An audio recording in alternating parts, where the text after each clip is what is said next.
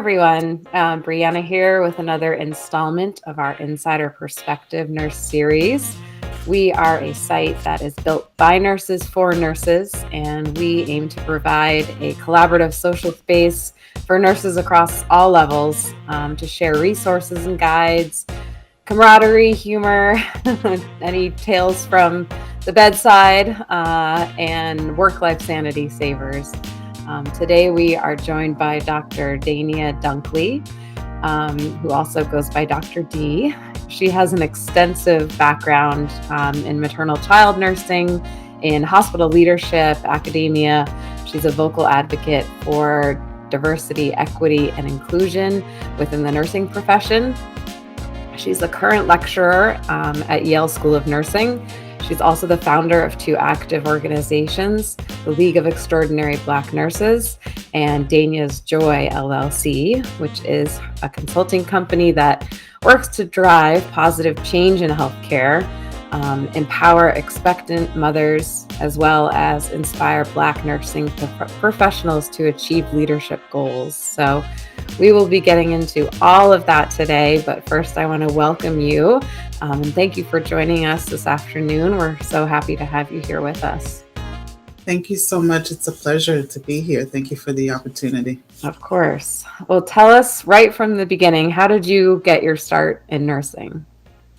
Well, I love telling this story. So my mom was a nurse. We immigrated here from Jamaica when I was a child. And she was a school teacher back then when we were in Jamaica. So when we came here, she decided that nursing was ultimately what she always dreamed of doing professionally. And she went for it when we came. So she was my first inspiration in terms of the field of nursing. I wanted to be an OBGYN. Yeah. I wanted to be a doctor, and I always wanted to work with moms and babies. So somewhere along my high school journey, she said to me, my mom, she said, well, if you want to go into healthcare, that's great. I'm in it. I'd love that for you. Sure. But what if you hate it? So she's like, you have no hands-on experience. Why don't you? There was an opportunity for me to take part in an LPN program while I was in high school. See if you like it. You can major in pre-med when you go to college, but at least this will give you a start and a feel for healthcare. And so I took her advice. I did it. And when I went to college, still was kind of not sure, but I decided to go with nursing. And I fell in love, and here I am today, 22. Oh gosh, that's 22 years later. Yeah. Yeah. Amazing. Well, I can't tell you how many stories start out with my mother, something about mothers. And I too can probably list my mother as one of my inspirations to get into nursing. She's actually an OBGYN, but had the same advice, like you should probably dip your toe in it a little bit first and make sure it's for you. It was great advice, and I fell in love with nursing. So yeah, that's I haven't looked back since. Tell us what you're passionate about now, 22 years later. What keeps you motivated as a nurse? Oh boy, there's so much. I always talk about my whys, right? I have a few whys. And you mentioned a few of those in my intro. One is I'm deeply committed to increasing diversity in the profession of nursing in general, but based on my background and my areas of research focus, really want to improve that diversity in leadership and positions of leadership. Right. My other why is my background in nursing was in maternal child health. So that love for working with moms and babies never left, even though I switched gears from being a physician to a nurse. So my whole career at the bedside was spent working in that arena. And as as my career went on and I started to learn more about the disparities in maternal child health, particularly for Black women, I developed an advocacy arm to my whys, right? Because I felt that if you're going to be one who's worked in that field, then you also have to raise your voice to fix some of the issues, Right. or at the very least raise awareness. Mm-hmm. So Yeah. those are the two things that drive me Yeah. the most in nursing. There's so much other stuff that I'm leaving out, but I would Yeah. say those are the top two. Great. Well, tell us about one of the organizations, the League of Extraordinary Black Nurses. I know that you're a founder of this organization. So tell us kind of the story behind that and what work that it does. So the League of Extraordinary Black Nurses was birthed out of my doctoral dissertation journey. My topic was focused on the lived experience of being Black and female when becoming a nurse executive. Mm-hmm. And the reason I pursued that topic, I was on that trajectory. I, started off as, on the assistant nurse manager level, worked my way up to manager, assistant director, and finally director of a women and children's service line. And so next step naturally on that pathway was probably going to be a CNO or something similar. And along that journey, when I was doing my data collection, my interviews of these amazing women who allowed me to interview them and tell their stories, it lit a spark in me, because one of the themes that was recurrent was about the lack of mentorship and the lack of opportunities for development to become a better leader, and the lack of representation, obviously. But there were so many obstacles, but they somehow found the resources that they need, or they went looking for them, and were able to achieve success as nurse executives.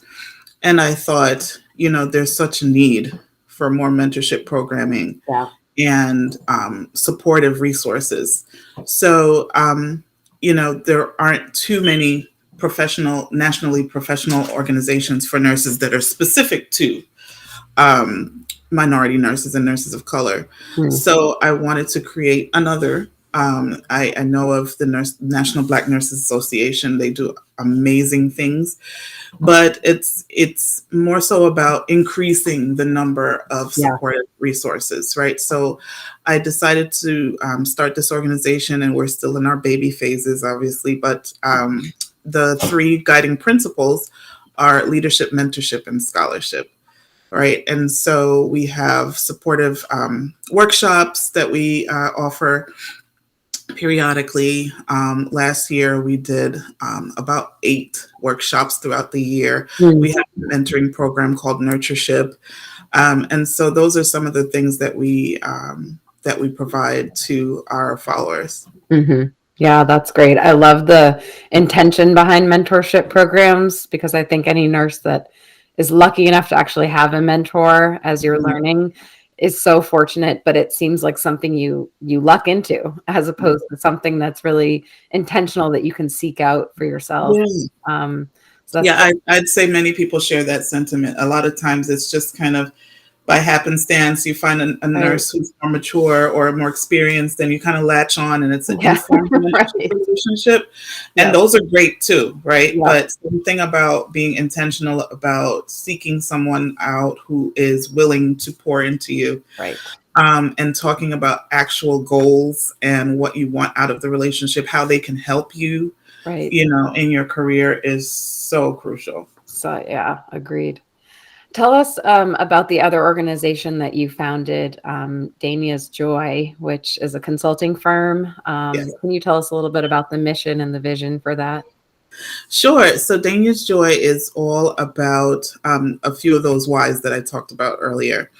One is creating spaces for organizations to work on their diversity and equity and inclusion plans in the workplace. The other is to work with individual nursing professionals with a coaching arm to help them develop as leaders. And the third is work. I create different resources, educational resources for birthing people. So one of the resources that I have is an advocacy guide for for Black pregnant women to know what questions to ask when they're going to see their providers, how to select a provider, what are some of the clinical things that they need to look out for, to be able to have a safe birthing, pregnancy and birthing experience. So that's just one of the resources. But similar, I also consult with organizations that work with pregnant women, to answer any questions that they have to help guide them through the pregnancy and birth experience as well. Yeah, that's wonderful. I think that's a great thing too, because sometimes you're at the end of your appointment and the doctor asks you, "You have any questions?" And you're like, Yep. deer in And they go headlights. totally blank.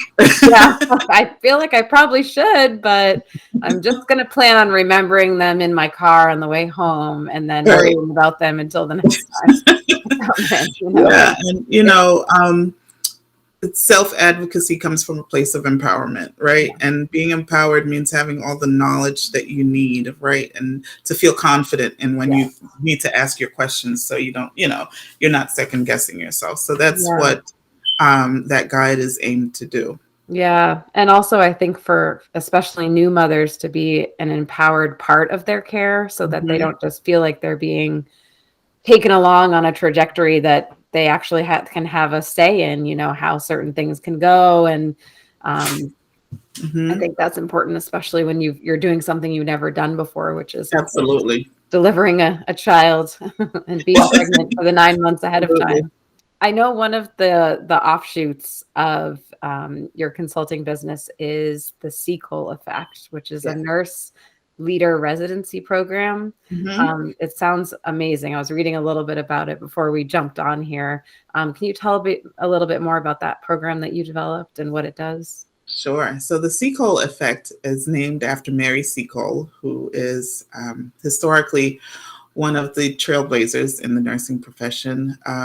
She actually was around at the same time as Florence Nightingale. And she was a nurse, not professionally trained, as at that time there were no official training programs really the way that we know it today, but had been trained through her family and in traditional medicinal practices, and had been well-traveled all around the Caribbean and South America, doing her work.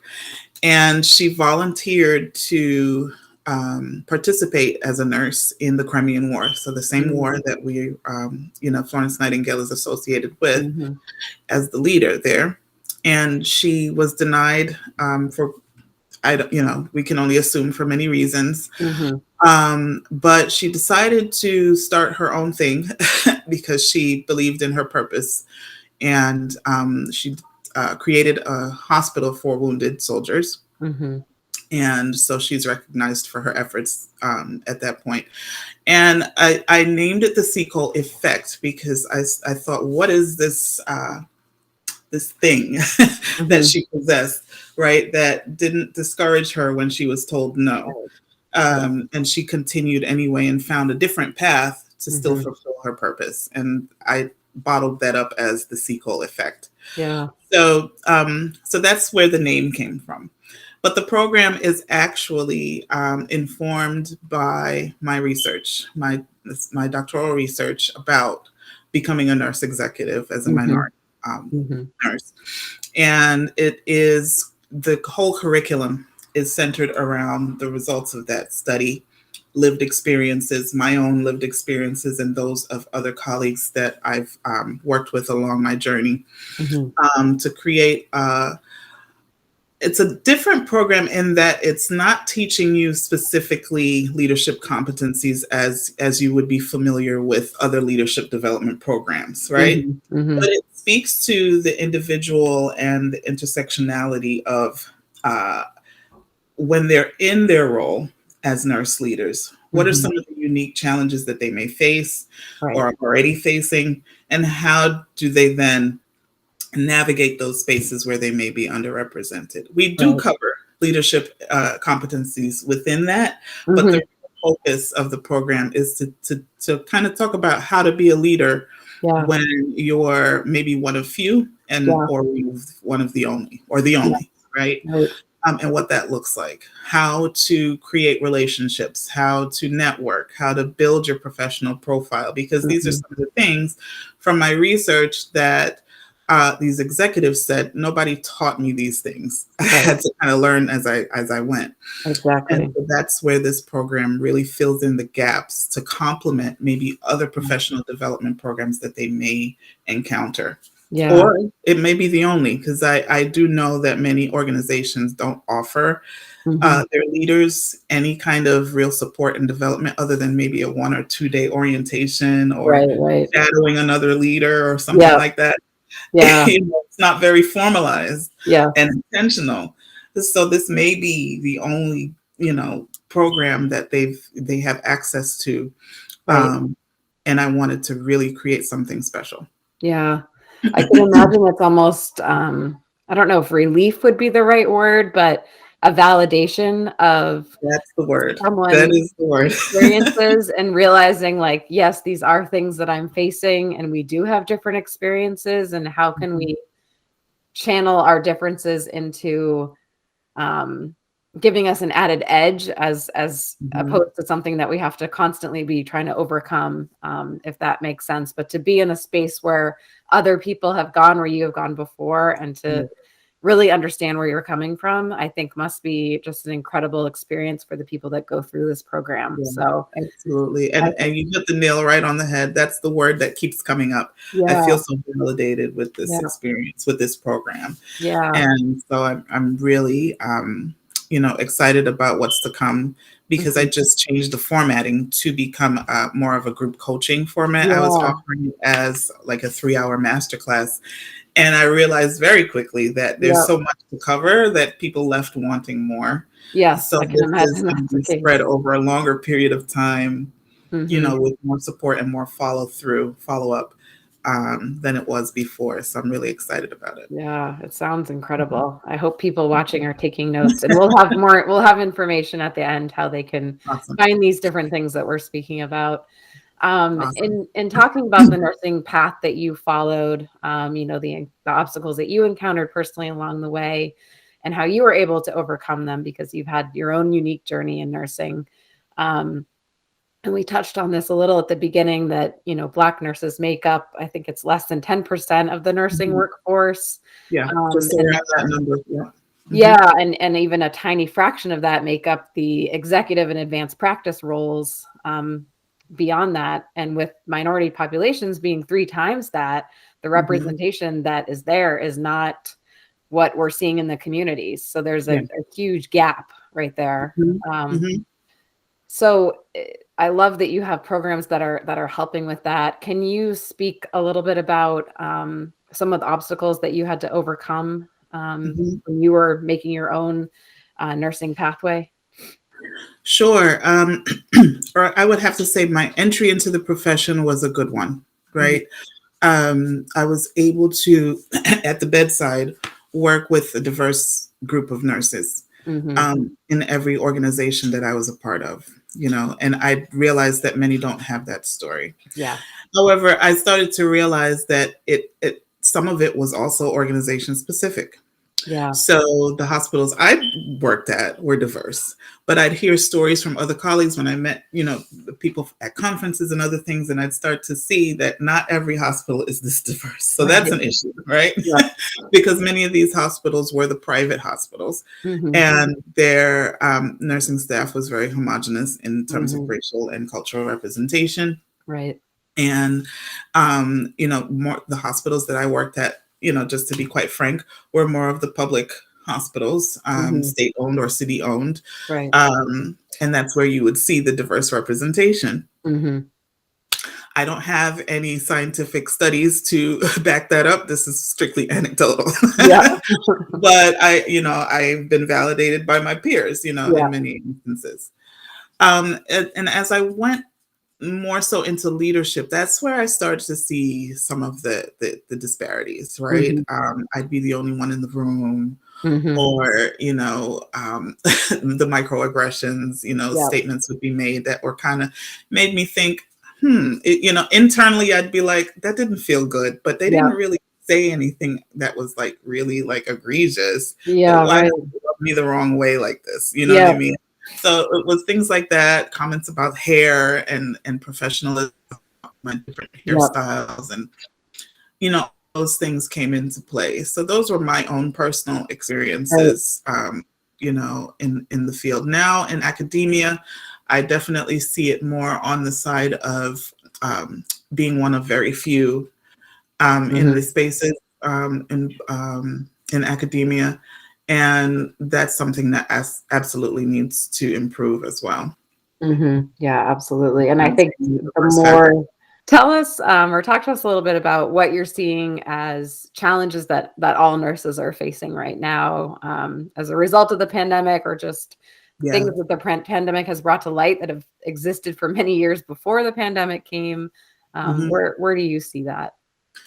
I think for many nurses, they're at a crossroads, right? If they're not dealing with the physical burnout of being at the bedside, folks are wondering what else is there. Should I leave the profession altogether, or what other avenues could I explore that would offer me more flexibility, or allow me to really pursue my other passions? Or many people are just kind of trying to figure out what's next. Because I think that going back to what we considered normal is probably off the table. Right. Exactly. Many things are going to need to change in terms of how we support nurses, how we configure workflows, how we configure scheduling and flexibility for families, how we talk about, safe staffing, what that's going to look like. Right. There's just so much. And unfortunately, some have already, kind of given up on the profession. But, for those of us who are still sticking through it, particularly on the inpatient side, where we're seeing the spikes with patient overload with the COVID-19 pandemic, kind of hanging on by threads, many. And I think that if we're going to keep them in the profession, things just really need to change, and we need to give nurses a true voice in order to state what they want, and value them. Not just, Nurses Week with the gifts, the one-offs. Right. We have to really consider true systemic changes that are going to entice people to stay. Because there's so many options now, right? Many nurses that I know are going into entrepreneurship because they can't take, the bureaucracy and the undervaluing of their, their professional contributions. You know what I mean? So nursing is the largest part of the medical workforce, right? The healthcare workforce. So in order for anything to continue, and when we talk about profit margin, if every nurse left, it would collapse, So it's time to start listening to the people who represent the largest part of the workforce. But I do think that we need to become more organized. Exactly. As a profession as well. And I'm looking at, the professional organizations that we are a part of that are supposed to represent us. They also need to become one voice. Yes. Truly represent what we're saying we need as nurses in every aspect, bedside to leadership to academia, public health, everybody. If you're a nurse and you're represented by one of these organizations, there needs to be some kind of congruence among them and one voice to start to lobby for our needs. Yes. And I think we're a little far ways from that. But certainly there are rumblings. And folks are tired and they're really voicing their concerns. And that's where it starts, right? We're not expecting change to happen immediately. But the rumblings are a positive sign to me, anyways, of change that is long overdue. I think it used to be nurses would just, if they were upset at one place or feeling like it wasn't the right environment for them, they could just jump to a different hospital or jump to a different facility. And then Yeah. it became, well, I'm just going to add a couple letters after my name and go after my master's and see what Yeah. that might be like, but Yeah. it all starts with, the dissatisfaction at the bedside, Mhm. which is brought on by being part of this enormous system that is just not functioning well. Yeah, and I want to dispel the myth that nurses are, are just in this for the money. I Yeah, don't think that anybody comes into this profession truly wanting to be a nurse because right. of financial gain, Yeah. right? There's so much that goes into caring for an individual, Mm-hmm. right? And I know that the nurses that at the heart are true nurses are doing this because they care about people, Right. right? But in caring for people, there are certain resources and things that you need to do your job effectively, Mm-hmm. you Right. know, and just like any other job, Yeah, and when those things are not being provided to you, you're going to exactly. be burned out. And that's all we want, is to be Yeah. heard, is for our, you know, to have the right staffing, to have the right resources and Right. equipment that we need to take care Yeah. of people. Right. You know? Just get on with it. Yeah. Do Yeah. our job. We're in Right. the business of caring, Yeah. but there are some things that are just, interfering with our ability to do that, Yeah. I think you the know? nurses that we've talked to, that there's just such a profound feeling of helplessness right now that they want to do a good job, but like you said, they don't have the resources available, or there's just Mhm. the influx of patients is just so great that no matter how long and how hard and how fast and how many pee breaks you skip, you'll never be able to keep up with the demand that's there. Yeah. And it's just day after day after day after day, you just have this like learned helplessness kind Yeah. of Yeah. feeling where you just feel, I mean, it's a good segue to the next question I have for nurses Mhm. that are feeling burned out, which is almost all of them at this point. Mhm. I mean, I don't know if we can prevent burnout anymore, but for the nurses that are feeling the most burnout, that are right at the bedside and have been at the bedside this whole time, um, how do you feel is the best way to cope with that if you're a nurse experiencing that right now? Honestly, I don't have a well packaged answer for that. Yeah. It depends on the individual, and what they're dealing with, Mhm. in their not just professional but personal lives as Sure. well. I think you have to create priorities to Mhm. start, right? And from those priorities, then you have to create boundaries. Mhm. If, you know, right now, what's the priority is to be there for your children, Mhm. then you have to create boundaries for Right. that. I can't work this shift. I need this shift. Mhm. I can't come in for overtime because my child is the priority, or whatever your priority is. Then you can start to create boundaries around that. Right. However that applies to you individually. Mhm. I think boundaries are really important when we Mhm. talk about leadership as well. The whole thing about leadership being a 24/7 responsibility. Mhm.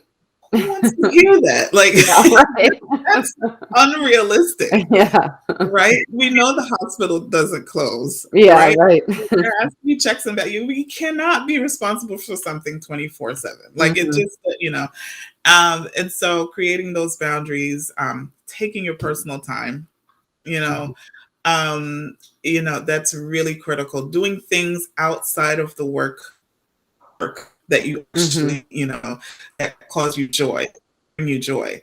I think you have to Mhm. prioritize those things, even if it's something small, Yeah, that brings you joy. right. For me, I love to travel. That might not be feasible for somebody else, right? But just getting Mhm. out of the workspace and finding small Yeah, things, or maybe they're large things that bring you joy, right. in addition to creating priorities and boundaries, will be the only thing to those would be the realistic things I think that would help with someone for Yeah, burnout. yeah. And also not being afraid to explore other areas in nursing, Mhm. right? Right. We need folks at the bedside. Mm. Absolutely. I'm not saying that there should be a mass exodus from the Right. bedside, because that's the meat, and Mhm. that's the meat and the heart of nursing. Mhm. But if you've been in your career for a long time, And, there are so many things that you can do as Yeah, a nurse, which is what makes our absolutely. profession so unique and amazing. Exactly. Yes, So don't feel stuck. And also, if you want to continue at the bedside, your organization that you're currently at is not the only place to do it. There exactly. are other places who are getting it right, Right. And I and think this whole, hospitals are really seeing that like yeah. boiled down to a fine point right now with all the agency nurses coming in and Mhm. the bonuses and all the headlines that we see about that and hospitals being Please, like, yeah. wait, don't leave. Don't stay anywhere where you are not valued. Yes. And that's all I'm going to say about that. I'm Yep. not telling anybody to quit their job, Right. but don't continue to stay someplace where Yeah. you're not valued, where you're not respected, where you're not supported, Hmm. right? Because there are places that are getting it right. Or Hmm. at least you can see an effort that they're trying to get it right. You Yes, know what I mean? exactly. So, we tend to stay at places because of loyalty and perhaps because of with longevity comes more security in terms of your retirement. Hmm. But any place you go is going to have a retirement plan, Yep. Yep. right? And those transfer too. Roll it on over and That's get out right. of there. Can you Yeah. tell us about a time where you were able to identify when you were going through burnout for any number of reasons, Mhm. and how you might have handled it and how you prevented it in the future? Yeah, I prioritized myself.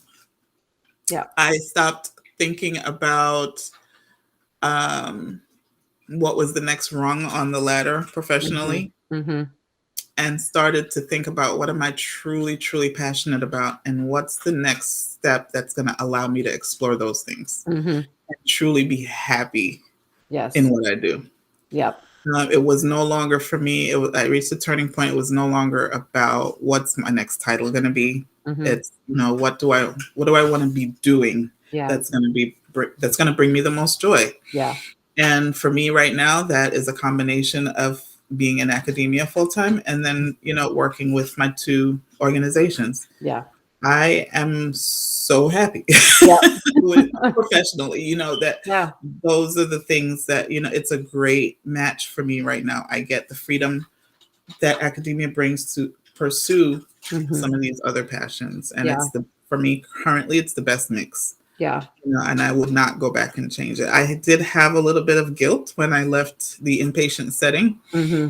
because it, coincidentally landed around the time when COVID it was right before we shut down Yeah. is when I switched to full-time academia. And I Yeah. did go through a little bit of, excuse me, guilt because Yeah. when you think of a nurse, truly being, or the true sense or essence of being a nurse, you think of being in the thick of patient care, Hmm. right? But we all have a role to play, Yes. right? Who's going to develop the next round to Hmm. supplement the folks who have left, right? That's Exactly. where I come in. Yeah. And that's just as important as being at the bedside. Absolutely. So I got over that. Yeah. But I am truly, enjoying what I'm doing now. And Yeah. that might look different for other people, but Hmm. really doing some introspection to find out what that looks Yes. like, Hmm. you'll find such a sense of freedom Yeah.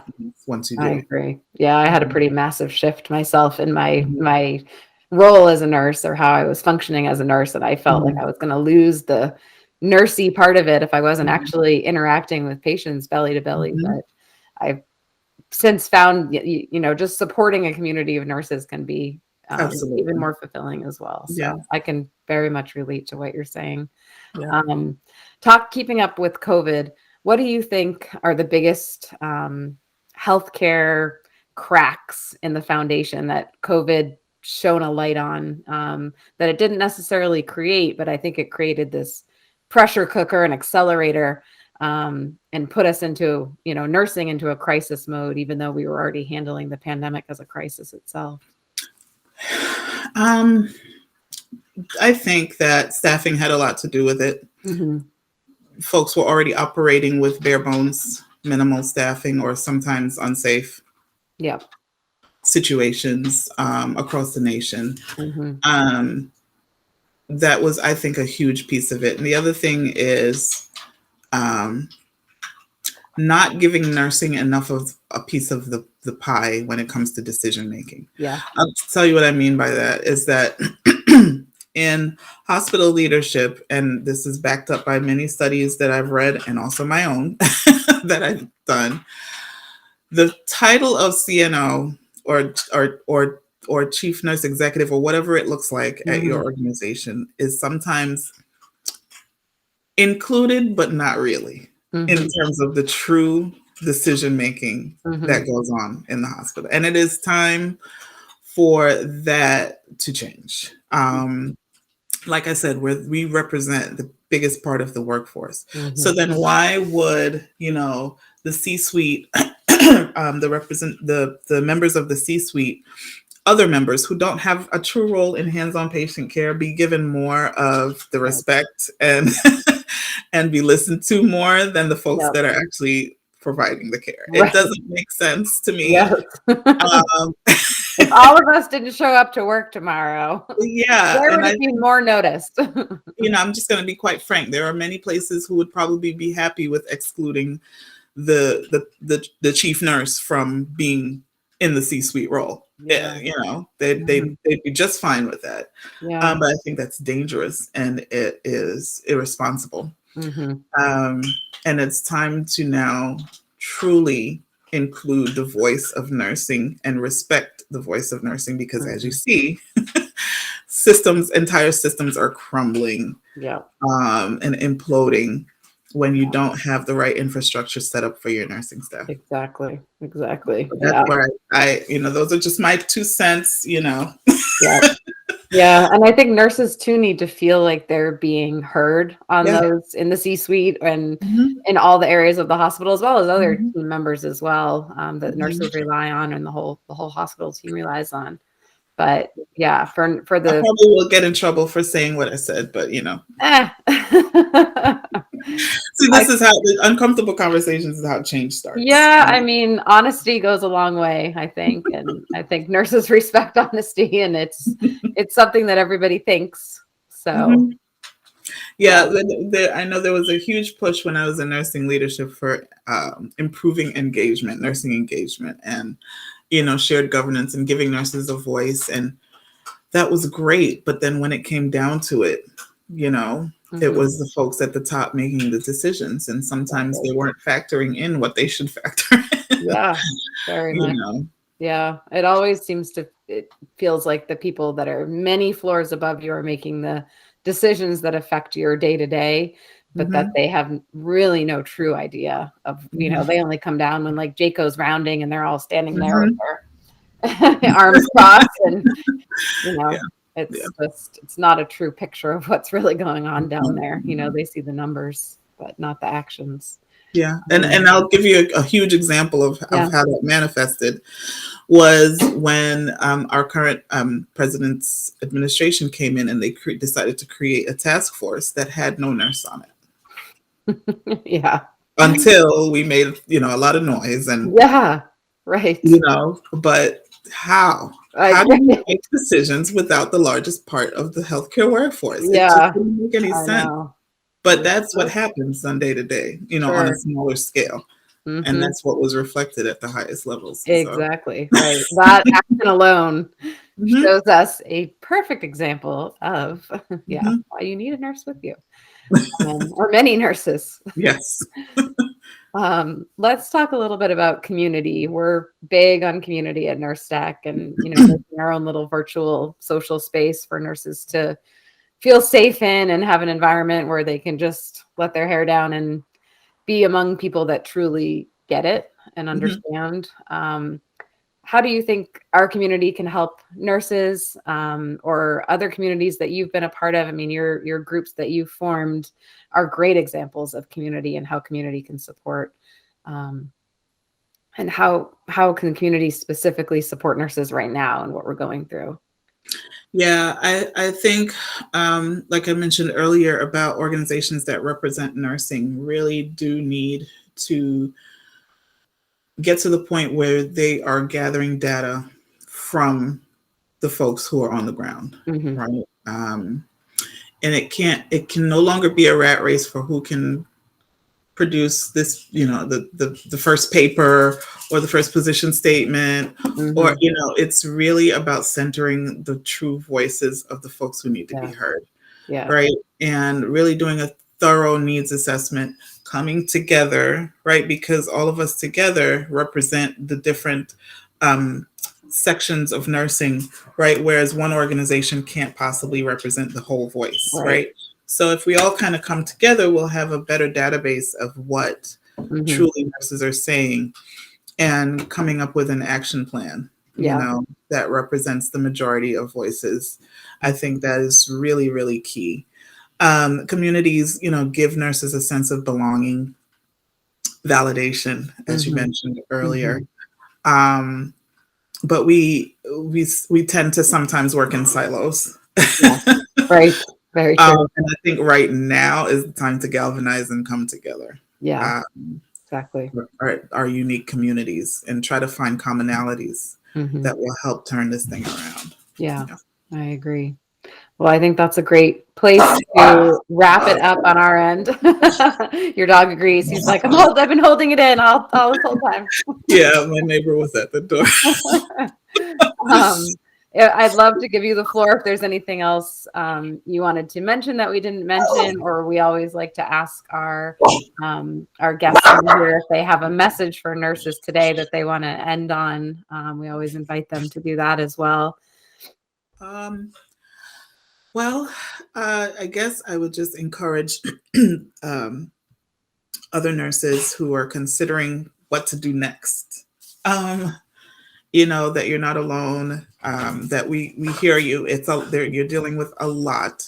So first, want to stop and validate your experience, and the sense of overwhelm, and also thank you for being on the front lines in any aspect, whether that's at the bedside, in leadership, in academia.